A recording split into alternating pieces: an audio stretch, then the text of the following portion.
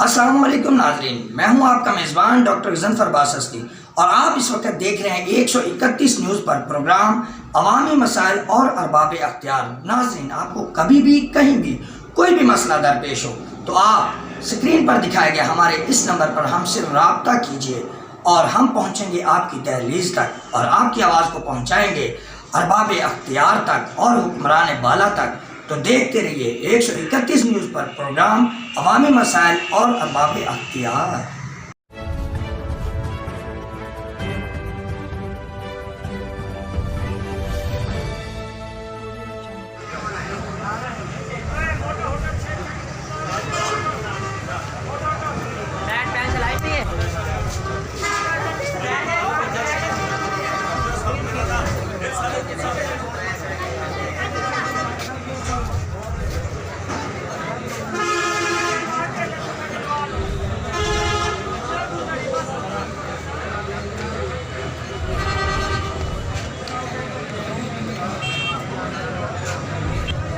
السلام علیکم جی۔ وعلیکم السلام۔ ہاں بھائی بتائیے گا، یہ آپ کس لیے لائن میں کھڑے ہوئے ہیں؟ آٹا لینے کے لیے۔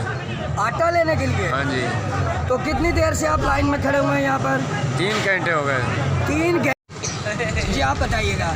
جی یہاں پہ بہت دقت ہوتی ہے آٹا لینے کے۔ ہم صبح 6 بجے کے یہاں آتے ہیں لیکن ہمیں آٹا نہیں ملتا۔ یہاں لائن میں کھڑے ہوتے ہیں، دھکے ملتے ہیں، پھر بھی آٹے کی کوشش کرتے ہیں کہ وہ ہمیں مل جائے۔ دیکھا کس طرح لوگ گھنٹوں انتظار کرتے ہیں ایک آٹے کی خریداری کے لیے صرف، اور عوام کس طرح یہاں پر پریشان ہے اور ان کا کوئی پرسان حال نہیں ہے۔ دیکھیے اس مہنگائی کے دور میں یہ عوام کس طرح یہاں پر کھڑی ہے بیچاری اور ذلیل و رسوا ہو رہی ہیں۔ عورتیں بھی یہاں پر موجود ہیں اور مرد حضرات بھی ہیں۔ ہم نے اپنے پروگرام کے ذریعے یہ چاہا کہ ہم حکمران بالا تک یہ بات پہنچا سکیں، اور دوسری طرف حکمران بالا کو یہ بھی میں کہنا چاہوں گا کہ ہر طرف دیکھیں، یوں تو آپ SOPs کے متعلق ہمیں روز ہدایات دیتے ہیں، لیکن یہاں پر SOPs کی دھجیاں اڑائی جا رہی ہیں اور کس طرح دھکا پیل ہے یہاں پر، اور عوام ایک دوسرے کے ساتھ گچا پیچ کھڑی ہوئی ہے۔ لیکن دیکھیں SOPs کیا ہے، اس کے متعلق آپ کیا جانتے ہیں؟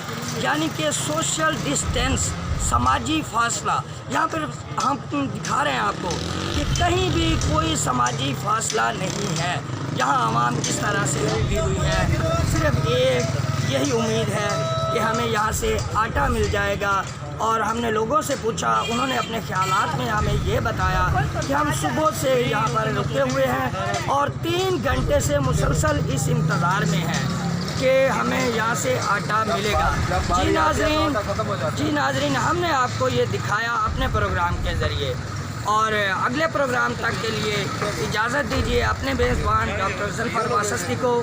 اللہ حافظ۔